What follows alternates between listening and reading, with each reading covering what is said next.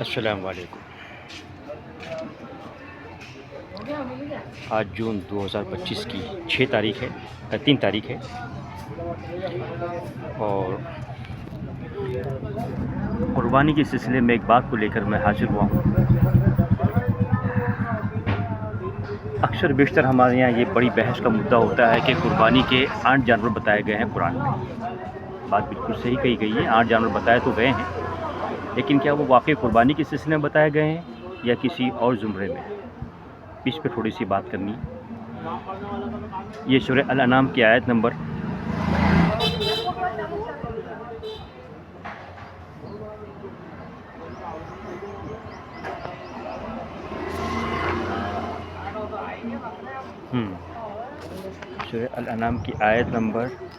140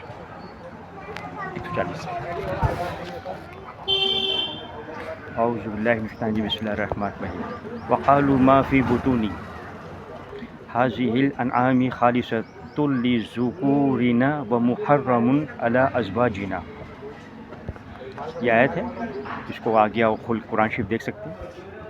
اس کا ترجمہ جو ہے وہ یہ ہے،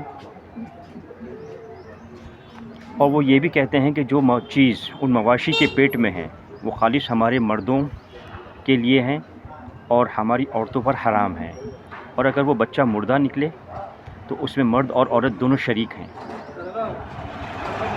ایک بحث چل رہی تھی یہ آپ صلی اللہ علیہ وسلم کے دور زمانے میں، بہت سے کفار مشرکین اور وہاں کے عرب کے جو لوگوں میں یہ دستور تھا کہ جو مویشی ذبح کرتے ہیں یا اس کو استعمال کرتے ہیں کھانے کے لیے، تو کبھی کبھی اس مادہ کے پیٹ میں سے بچہ نکلتا، اگر وہ زندہ نکلتا تو مرد کہتے ہیں وہ ہم کھائیں گے، اور اگر وہ مردہ نکلتا تو کہتے ہیں مرد اور عورت دونوں کھائیں گے۔ ایک بحث کا مدعا تھا۔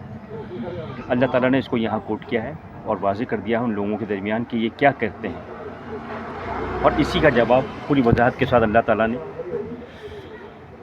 اسی کی آیت کے آگے 144 نمبر آیت میں دیا ہے۔ ثمانیۃ ازواج، 8 نر اور مادہ پیدا کیا ہے۔ اسی سے لے کر ہم سب اکثر و بیشتر مدعا بناتے ہیں کہ قربانی کے لیے 8 جانور ہیں، بھیڑ میں سے 2 اور بکری میں سے 2، اور 2 اونٹوں میں سے اور 2 گایوں میں سے۔ ان سے پوچھو، ان تمام دونوں آیتوں کا میں وضاحت خلاصہ کر رہا ہوں کہ اللہ ان سے پوچھتا ہے کہ اے نبی صلی اللہ علیہ وسلم، ان سے پوچھو کہ اللہ نے دونوں کے نروں کو حرام قرار دیا ہے یا دونوں کے مادہ کو، یا جو بچہ دونوں مادہ کے پیٹ میں ہے؟ یہی پہلے 144 کی آیت میں بھی ہے اور یہی 145 کی آیت میں ہے۔ وہاں بھیڑ اور بکری کے متعلق تھا، یہاں اونٹ اور گایوں کے متعلق ہے۔ تو یہ 8 جانور ہوتے ہیں۔ تو جو بچہ دونوں مادہ کے پیٹ میں ہے اس کو، کیا تم اس وقت موجود تھے جب اللہ نے تم کو اس کا حکم دیا تھا؟ تو اس سے زیادہ ظالم کون ہے جو اللہ پر جھوٹ افترا کرے تاکہ لوگوں کو از راہ جہالت گمراہ کرے؟ بلا شبہ اللہ ظالموں کو ہدایت نہیں دیتا۔ یہ بحث کا مدعا تھا۔ 8 جانور اللہ تعالیٰ نے بتایا وہاں پر۔ اب آتے ہیں ادھر قربانی میں۔ اب ان 8 جانوروں کے علاوہ ایک ہوتا ہے دمبا، نر و مادہ۔ کیا ہم لوگ اس کی قربانی نہیں کرتے؟ تو پھر اس حساب سے 8 کی بجائے وہ 10 جانور ہوتے ہیں۔ اس بات پہ ہمیں غور و فکر کرنا ہے۔